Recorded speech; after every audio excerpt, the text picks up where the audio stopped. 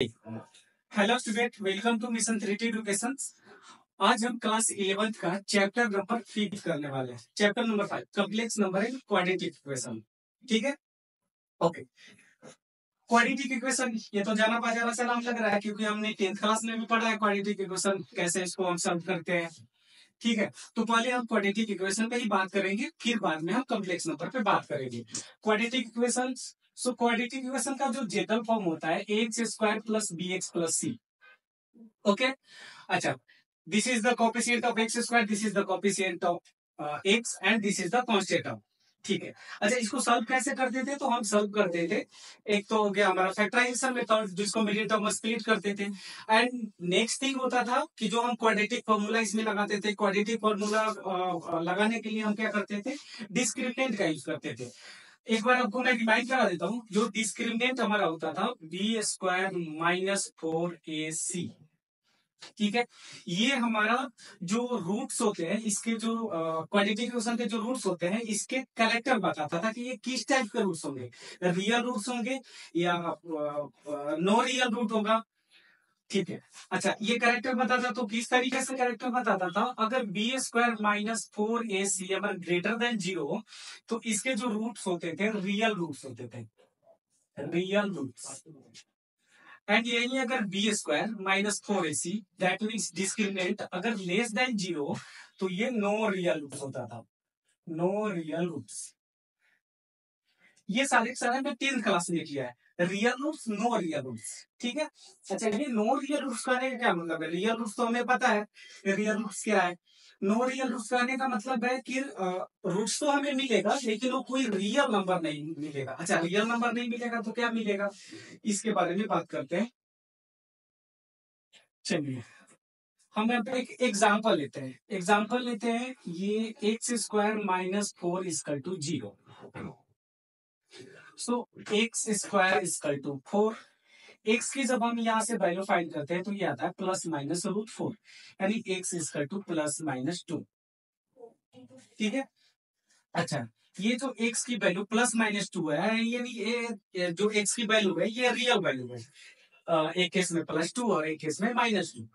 अच्छा, अगर next example लेते हैं, x square plus 4 equal to 0, तो इस केस में एक्स स्क्वायर इजकल टू हमारा होगा माइनस 4 एंड एक्स की वैल्यू फाइंड करते हैं तो plus minus under root minus 4, यानी रूट के अंदर निगेटिव इंटीजर। और रूट के अंदर निगेटिव इंटीजर हो, इसका रूट फाइंड करना हमने 10th क्लास तक नहीं सीखा है, और 11th क्लास में यही चीजें हम सीखेंगे, इसी के वैल्यू निकालना सीखेंगे।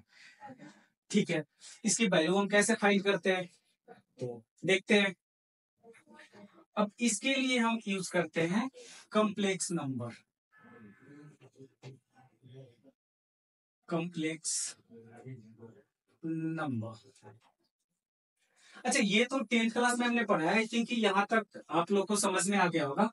कॉम्प्लेक्स नंबर की बात करें, कॉम्प्लेक्स नंबर होता है it is combination, combination of real number, real number and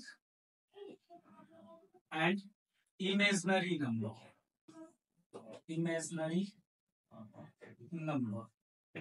ठीक है, रियल नंबर की बात, तो रियल नंबर आप लोगों को पता होगा, नेचुरल नंबर हो गया, होल नंबर हो गया, इंटीजर्स हो गया, रैशनल हो गया, इरेशनल हो गया, that all are real number.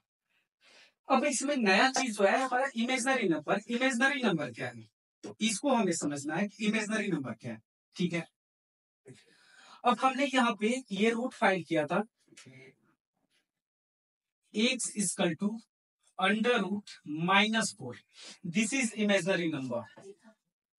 Root minus 7, this is imaginary number. Root minus 8, this is imaginary number.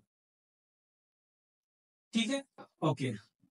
अब हम क्या करते हैं कि इसको हम एक्स इजकल टू इस माइनस 4 को अगर हम सेपरेट करके लिखने की कोशिश करें तो हम लिखते हैं -1 × 4।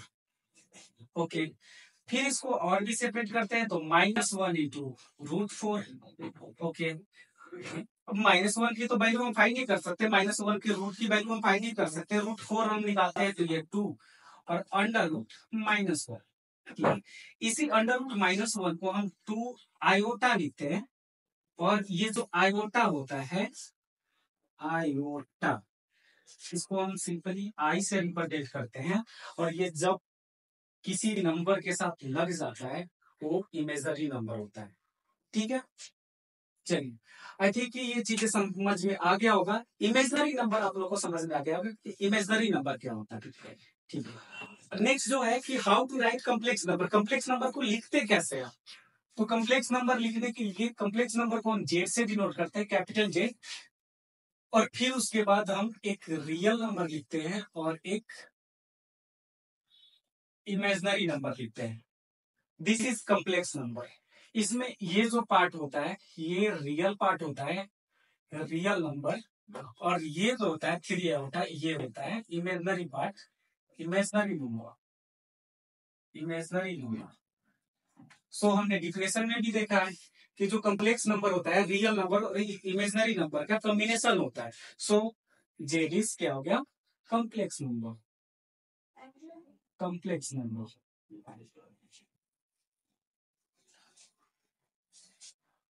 सो एग्जाम्पल, और भी एग्जाम्पल आप ले सकते हो, 7 + 4 आयोटा, या और भी एग्जाम्पल ले लो, -10 + 3 iota. All these are complex number. ठीक है, कॉम्प्लेक्स नंबर हमने समझ लिया, आई होप कि आप लोग को भी समझ में आया होगा। सो अब कॉम्प्लेक्स नंबर को हम क्या करेंगे, कैसे इसको ऐड करेंगे, कैसे इसको सब्ट्रैक्ट करेंगे, कैसे इसको मल्टीप्लाई कराएंगे, और कैसे इसका डिवाइड कराएंगे। सो हम नॉर्मली ओवरऑल बात करें तो अलजेब्रा ऑफ कॉम्प्लेक्स नंबर कैसे करेंगे वो सीखते हैं। सो अगला हमारा हेडिंग होने वाला है अलजेब्रा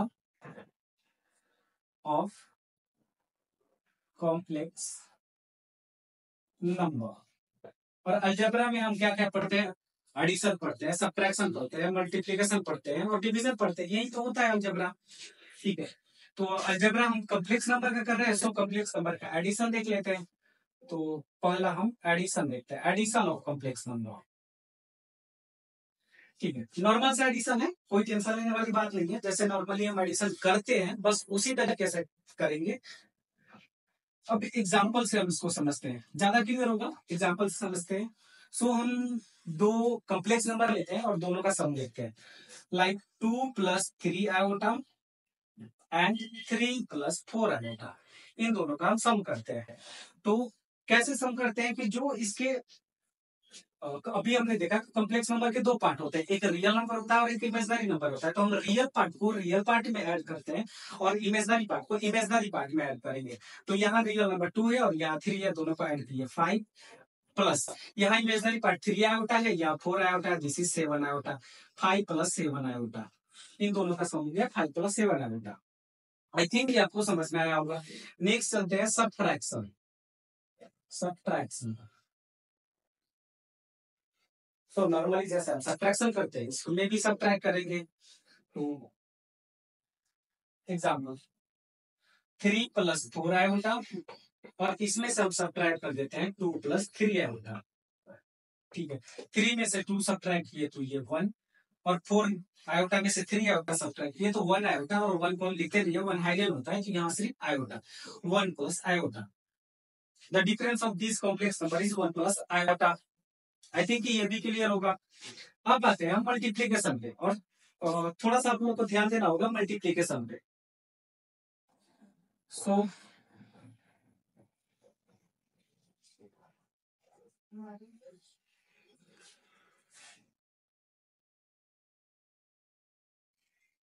मल्टीप्लीकेशन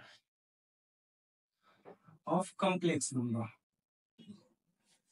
या इसको भी हम एग्जांपल से ही समझते हैं।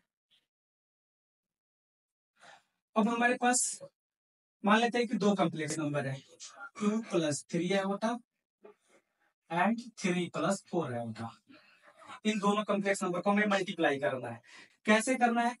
तो हम 9th या 10th क्लास में हमने सीखा है कि 2x + 4 एंड 3x + 7, इन दोनों का प्रोडक्ट कैसे करते हैं? तो इसको इससे मल्टीप्लाई कराते हैं, फिर इसको इससे मल्टीप्लाई कराते हैं, फिर इसको इससे, इस तरीके से मल्टीप्लाई करना आप सीख रखे हैं। सेम वही जो प्रोसेस है यहाँ पे फॉलो करना है, तो करते हैं।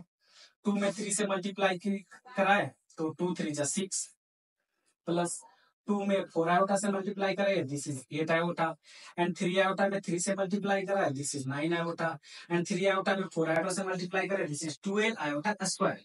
ओके, यहाँ हो गया, इसको सिंप्लीफाई कर लेते हैं तो 6 प्लस 8 9 17 आयोटा और प्लस 12 आयोटा स्क्वायर। अब आइए यहाँ थोड़ा सा हम आयोटा के बारे में और ज्यादा जान लेते हैं। कैसे? तो जो ये आयोटा की वैल्यू होता है ना, ये अंडर रूट -1 होता है। तो ये हमने इससे पहले भी देख चुके हैं कि आयोटा की जो वैल्यू होता है अंडर रूट -1 का है। सो रूट को इधर भेजते हैं तो आयोटा स्क्वायर की वैल्यू होगा हमारा -1। ये दोनों चीजें वैसे आपको याद रखना। iota की value under root -1 and iota square is -1 and तो सो दिस वैल्यू इसमें हम पुट कर देते हैं। सो 6 plus 17 iota plus 12 into iota square की वैल्यू इज -1। सो ये हमने पुट किया तो 6 प्लस 17 iota एंड -12। सो ये आया 6 में से 12 सब्ट्रैक्ट हुआ तो -6 plus 17 iota। This is the product of this and this.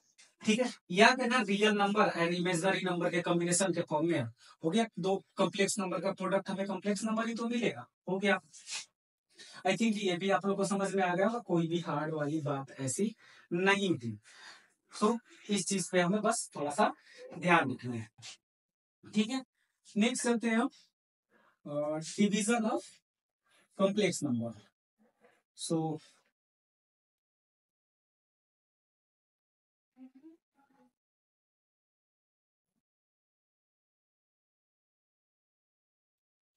Division of complex number. Okay, division of complex number को डिनोट करते हैं कैपिटल जी से। एक हम लेते हैं Z1 डिवाइड बाई Z2। ठीक है, सो Z1 की अगर हम वैल्यू ले 2 प्लस 3 आयोटा एंड Z2 हमारा हो गया 4 माइनस 4 प्लस 5। ठीक है, इन दोनों का हमें क्या करना है, डिवीजन फाइंड करना है। अच्छा, अब हम क्या करते हैं कि जब भी हम डिवाइड कराते हैं ना, हम कोशिश करते हैं कि डिनोमिनेटर में से क्या हो जाए, आयोटा हट जाए। आयोटा हमें हटाना है डिनोमिनेटर से। जब भी हम दो कॉम्प्लेक्स नंबर को डिवाइड कराते हैं तो जो भी हमारे डिनोमिनेटर में आयोटा होता है उसको हमें हटाना होता है। कैसे हटाते हैं, तो ये भी हमने 9th क्लास में पढ़ा है कि जब भी हम कोई दो नंबर जब डिवाइड कराते थे और डिनोमिनेटर में जब रूट आता था तो हम क्या करते थे, रूट को हटाने के लिए रेशनलाइज कराते थे। तो यही आयोटा को हटाने के लिए हम क्या करेंगे, रेशनलाइजेशन कराएंगे। तो रेशनलाइजेशन कराते हैं तो ये हो गया 2 plus 3 iota divide by 4 plus 5 iota multiply by 4 minus 5 iota अपन में 4 माइनस 5 आयोटा। अब इसको फर्दर हम सॉल्व कर लेते हैं। तो ये भी है कॉम्प्लेक्स नंबर, ये भी है कॉम्प्लेक्स नंबर, इन दोनों का मल्टीप्लाई कराना है। और ये हम इसे पहले मल्टीप्लीकेशन में सीख चुके हैं तो करा लेते हैं। 2 4 8 एंड 2 और -5 -10 आयोटा, 3 और 4 plus 12 iota and 3 iota -5 iota, this is -15 iota square whole divided by. अब यहाँ पे a plus B into A minus B वाली आइडेंटिटी का यूज कर लेते हैं। सो दिस इज 4 का स्क्वायर -5 आयोटा का स्क्वायर। अब इसको फर्दर सॉल्व करते हैं तो ये हो जाएगा 8 minus sorry plus 2 iota -15 iota square. 15 और आयोटा स्क्वायर की वैल्यू हमने क्या रखा, -1 होल डिवाइड बाई 4 का स्क्वायर इज 60 -5 आयोटा का स्क्वायर इज 25 एंड आयोटा का स्क्वायर का फिर यहाँ पे अगेन वैल्यू रख लेते हैं -1। ठीक है, और आगे देखते हैं।